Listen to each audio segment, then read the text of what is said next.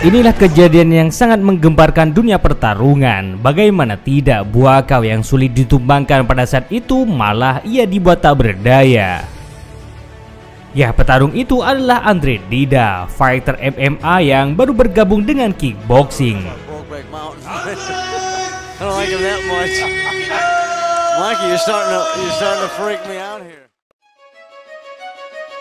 Di akhir tahun 2000-an, Buakaw adalah sosok petarung kickboxing yang paling tenar pada saat itu.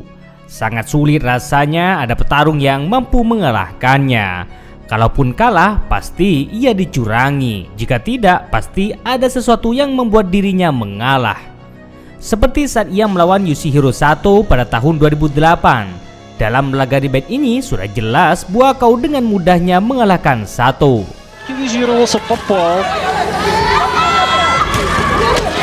Своего оппонента, что он будет постоянно бить его как раз вот этим эгери и вот домолачивание. Нет? Namun saat di akhir ronde, Buakaw dengan sengaja langsung menjatuhkan dirinya setelah mendapat pukulan dari Sato. Опа! Вот это да! Вот это да! Вот banyak yang meragukan KO itu karena sangat tampak jika Buakaw dengan sengaja jatuh. Bahkan ia tak langsung bangkit. Опа! Вот это да! Вот это да! Вот, пожалуйста! Вот вам не... Namun berbeda dengan laga kali ini, Buakaw benar-benar dibuat tak berdaya. Kala itu ia melawan fighter MMA dari Brazil yang terkenal dengan pukulan mautnya.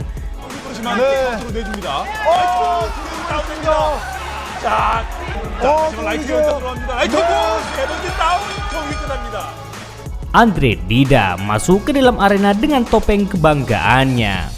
Sebelum melawan Buakaw, Dida adalah sosok fighter MMA yang sulit dikalahkan. Hal itu karena ia memiliki pukulan yang mematikan. Beberapa petarung hebat sudah ia kalahkan dengan tinjunya.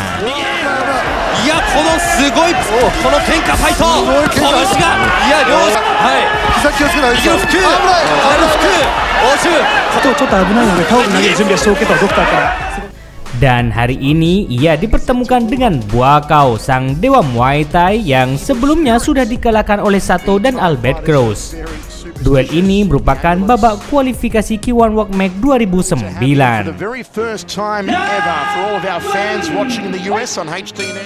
Dan bel ronde pertama sudah dimulai. Buakaw awalnya mencoba untuk menguasai pertandingan. Namun sayang setelah itu ia mendapat pukulan telak.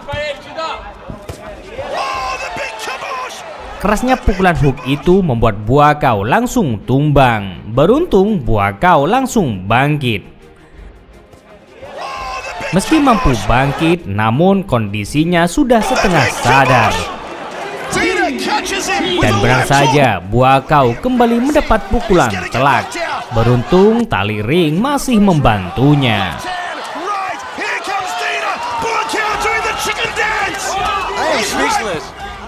Buakaw saat itu hanya bisa bertahan dari gempuran sang pemilik pukulan maut ini.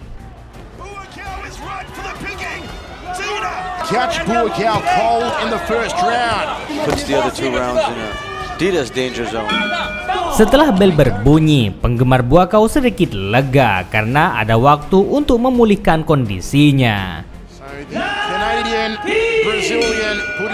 Dan kini sudah masuk di ronde kedua. Buakaw yang tahu pukulan lawannya berbahaya, kini ia mulai lebih berhati-hati. Dan tak seperti biasanya, tangan Buakaw selalu di atas.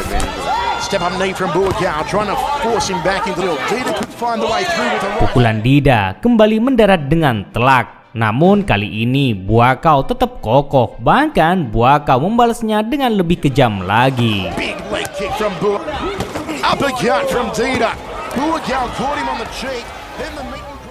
Situasi di ronde kedua sudah berbalik. Kini Buakaw yang unggul jauh.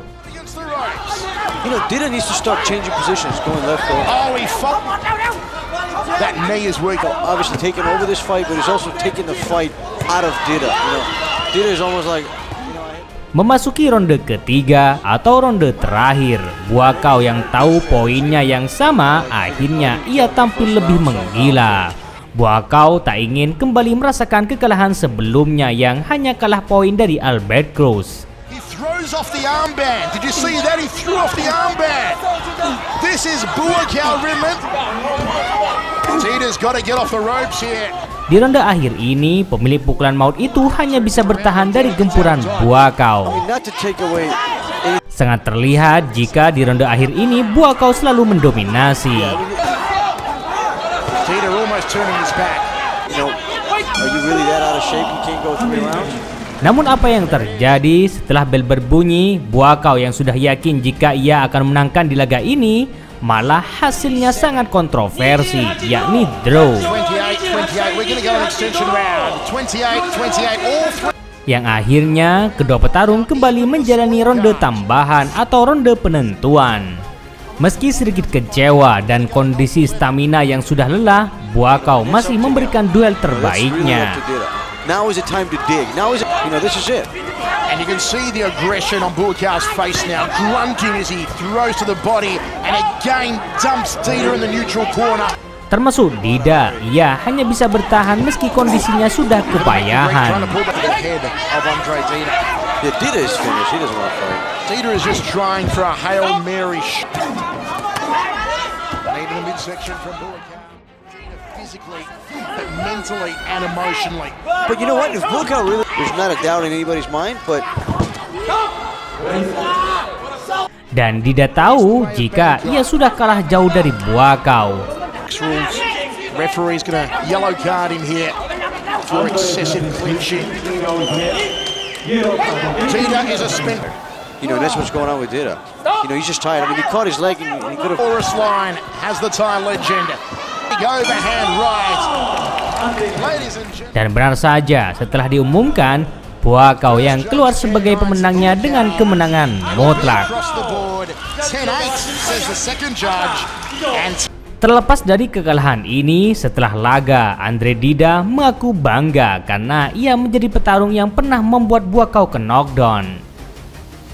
Karena kita tahu sedikit petarung yang mampu menjatuhkan Buakaw dengan telak seperti ini.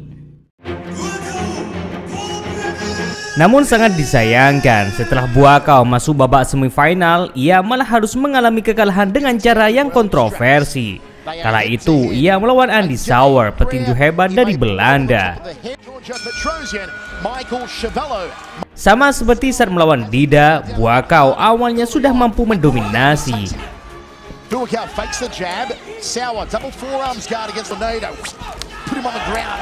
Bahkan, ia berhasil membuat Andy terluka.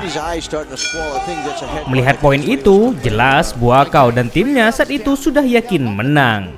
Namun apa yang terjadi saat diumumkan malah hasilnya draw.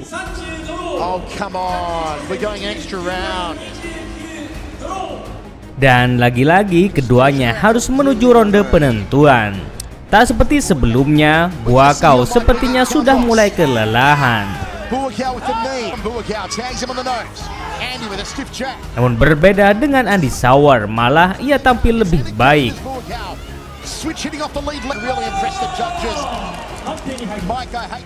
Dan benar saja, Buakaw harus merelakan kekalahannya dengan angka tipis saja.